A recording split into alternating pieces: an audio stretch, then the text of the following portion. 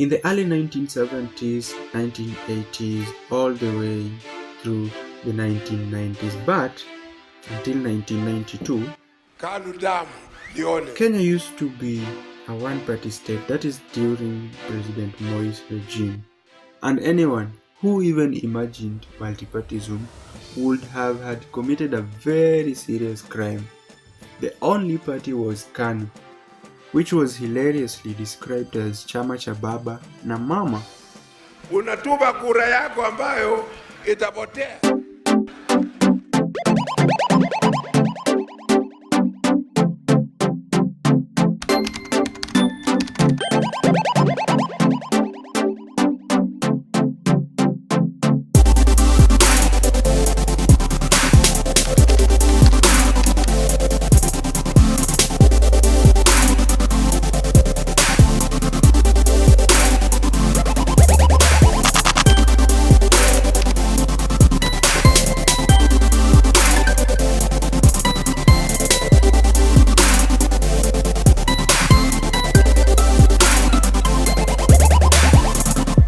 Generally, it operates through 4 pillars, with each pillar having a specific duty to perform to ensure that they meet and serve the general purpose of FAHAMU, which is Networks for Social Justice.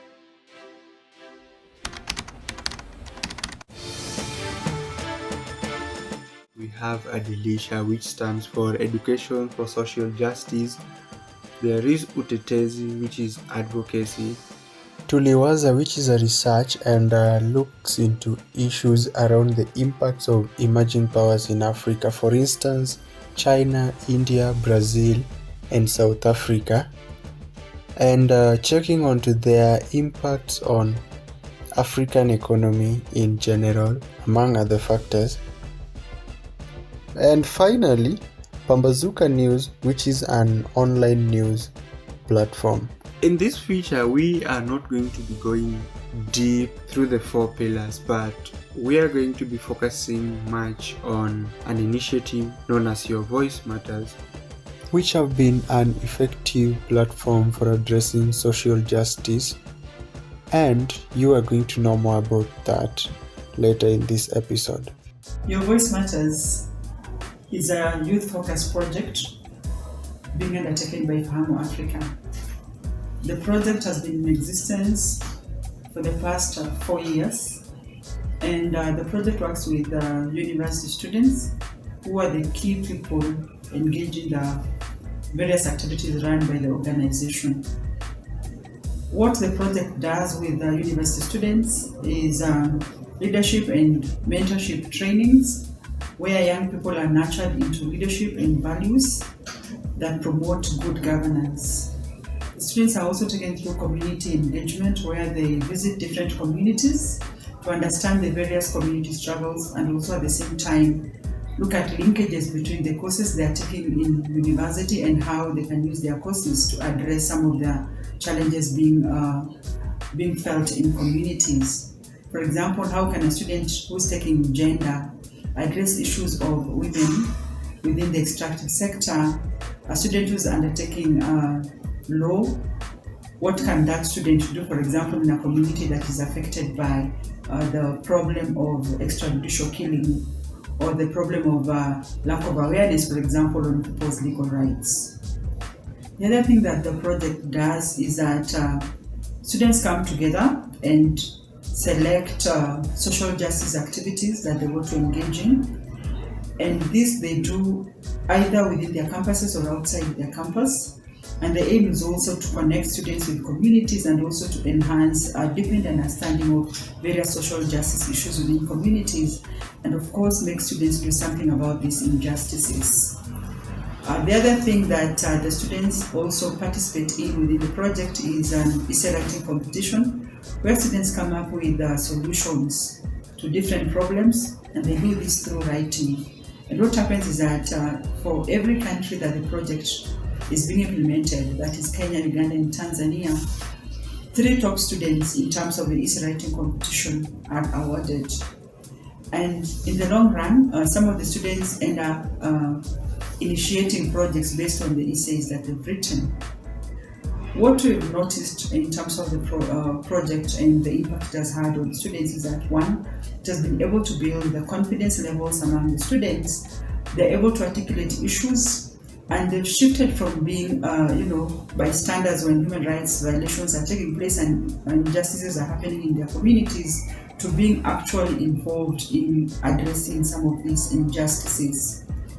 And also the project has helped nurture leadership skills among the students, and it has given them the push to go for elective positions within their campuses, within youth groups in the communities, and even there's been marked improvement, for example, in how students relate with each other, how they relate, for example, when they go for meetings, and also when they do any other related networking activities. Just as basic as the name, your voice is your empowerment, and it matters a lot at expressing your freedoms and speaking out the social injustices that our society faces today. YVM is established under the utetezi pillar, which is advocacy.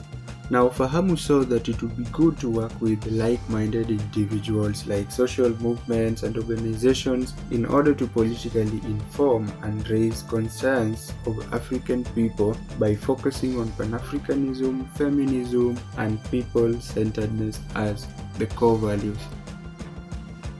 The solution to African problems can be founded by espousing Pan-African ideals of seeking for unity and solidarity among African people in order to achieve social cohesion and economic progress among men and women. This is achieved through involvement of people at the ground level.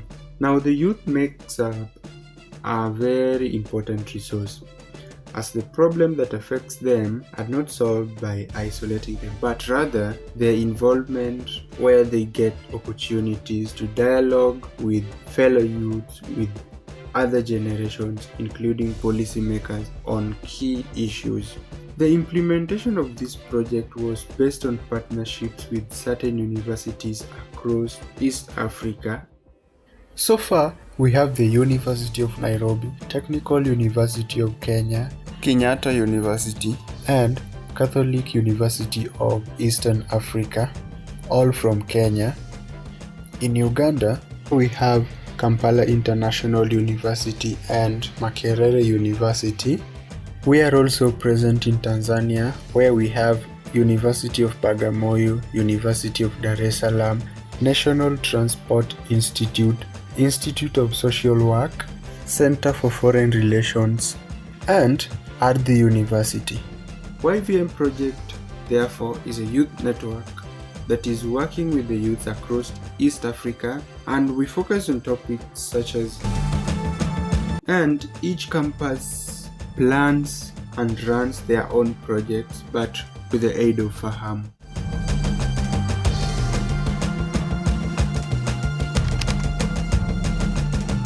So the main reason why Fahamu decided to settle for campus students on this project was because it makes them see themselves as capable leaders and actors on a whole set of issues impacting on their communities and a wider society, which they can therefore use that opportunity to bring an initiative.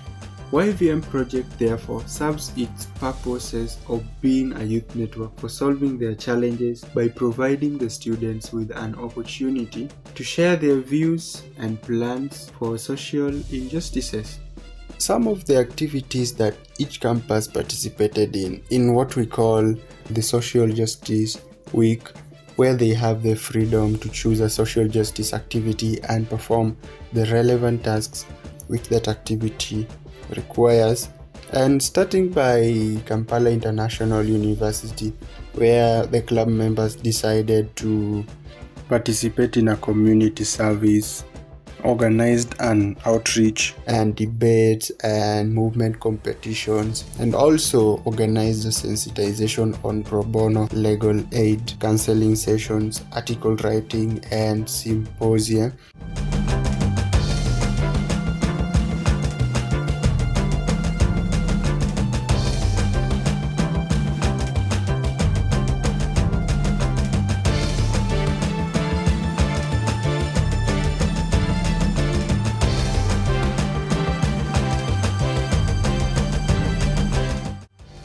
to University of Dar es Salaam, which by the time we were creating this feature, they were in the process of registering their club with the university. But in the meantime, as they were waiting approval, they had also conducted some activities in business writing proposals, organized seminars in collaboration with the Department of Entrepreneurship, where they were provided with skills on writing winning business proposals, developing a personal brand, and business idea generations. The Catholic University of East Africa also went further, and members of the club engaged in different creative activities. And one notable one was skit performance.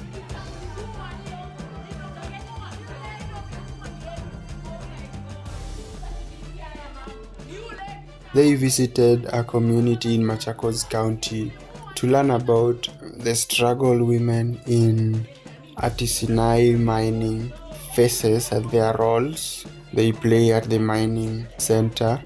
The students also got a chance to learn about the challenges they face, like poor record keeping, hard labor, lack of protective gear when they are working, and exploitation by middlemen.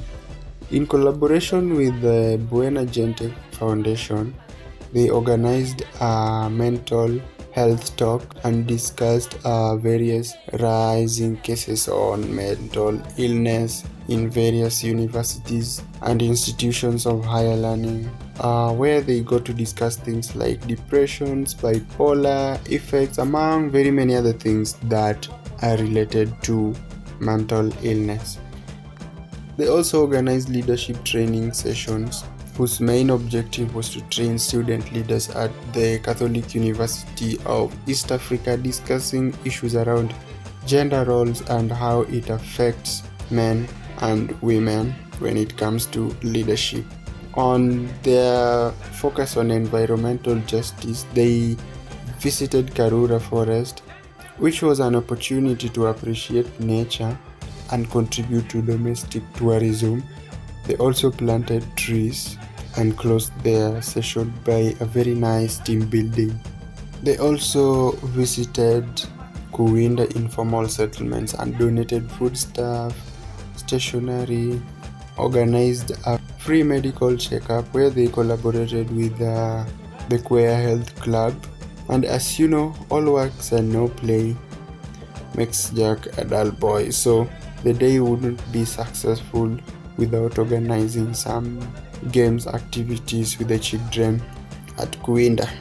The University of Nairobi, which is by the way a new formation in the project, as it was just discovered in July of 2019. So the campus functioned under 3 pillars, which are environmental justice, general human rights, and reproductive health, which have been influenced by the increasing number of teenage pregnancies and early marriages in informal settlements.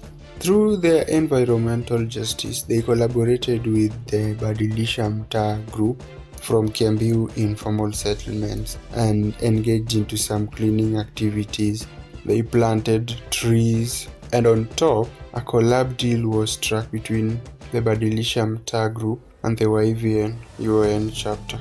They also engaged in some anti-cancer demonstration, calling upon the government to avail cancer-related treatment to Kenyans who are unable to afford the treatment. And to seal the deal, they presented a petition to the Cabinet Secretary at the Ministry of Health offices. And this is a project they collaborated with other social justice organizations. With the KU chapter, they have also participated in activities such as visiting Kilungu law courts to learn how court sessions take place, understand the different roles played by paralegals. They also go to understand how court cases are handled and the gaps in the knowledge of the community in understanding their own rights and responsibilities and how the law itself is executed. On issues affecting climate change, they held a climate change discussion as a preparatory plan for the global climate strike activities. which they later participated alongside other young people globally with the main aim of calling upon world leaders on the climate crisis. The KU chapter participated in a mental health walk whose objective were to sanitize on mental health stereotypes, reducing the mental health stigma, promoting education on mental health through art and music, advocate for a push for free spaces where the society can feel free to open up about their mental status without being subjected to any kind of judgments. Makerere University also visited Kampingirisa Rehabilitation Center in Mpigi District, this is in Uganda, and donated stationery and foodstuff to the children, an event which was co-organized with the Coca-Cola Company and Young African Leadership. On leadership and mentorship training, the emerging trend was that African leaders have had a tendency of clinging into power, which has even transitioned into inheritance in cases where they die and their sons take over. So during the training, the participants were taken through an intense sensitization where they got to learn about theories of leadership. They also learned about the leadership styles and decisions and what influences types of leadership, the various traits and the relevance that comes with them, and leadership skills. This team also stands in the forefront of promoting advocacy, where they informed people on certain advocacy tools which can be used to bring change in their society, such as policy development, research, direct lobbying, use of the media, and of course, but not limited to, public campaigning. Finally, they participated on a proposal writing and fundraising where they learned the basic knowledge on how to go about this and to create a winning proposal. Now moving on to another very interesting activities that the YVM club members have been engaged into this year is agroecology. And to be too specific, we had a project called Global Action on Agroecology, which was a collaborative effort with other world organizations. So this project is linked to the Adilisha pillar, which stands for Education for Social Justice. It is actually one of the resourceful projects that YVM project has been part of, with training modules such as fact-finding and investigation, leadership and management, campaigning and advocacy. We were able to follow on the extractive industry and exploitation of women and challenges facing farming communities. Now, traditional and indigenous crop varieties have been threatened by new trade policies and push of states and corporates to favor genetic engineering. In this day and age that we are faced with the ever-changing climate, it has been demonstrated that agroecology, including all forms of integrated and diversified farming, has sustained and fed communities. Farmers had also responded to this by evolving and innovating their farms and resources management practices and techniques, such as diversifying and mixing crop and soil and water conservation measures. The youth and students from YVM therefore takes a center stage in the midst of challenges and opportunities as they play a big role in dialogue and the actual shift towards agroecology, and also taking the lead to building global movements all over the entire world. Hence, we have initiatives such as 16 Days on Global Action on Youth in Agroecology, which took place between 1st and 16th of October 2019. Now, the bigger role is to raise awareness on the benefits of agroecology, of food security, health, and environment. They also generate solidarity among the youth across the globe to push for policy changes in the local and national as well as international level for agroecology and gather support of other sectors within the rural communities and beyond in togetherness for the fight against issues such as resistance against corporate agriculture, land grabbing, and all forms of repression. Through the support they gather, it enables them to promote youth leadership and advancements of the call for agroecology.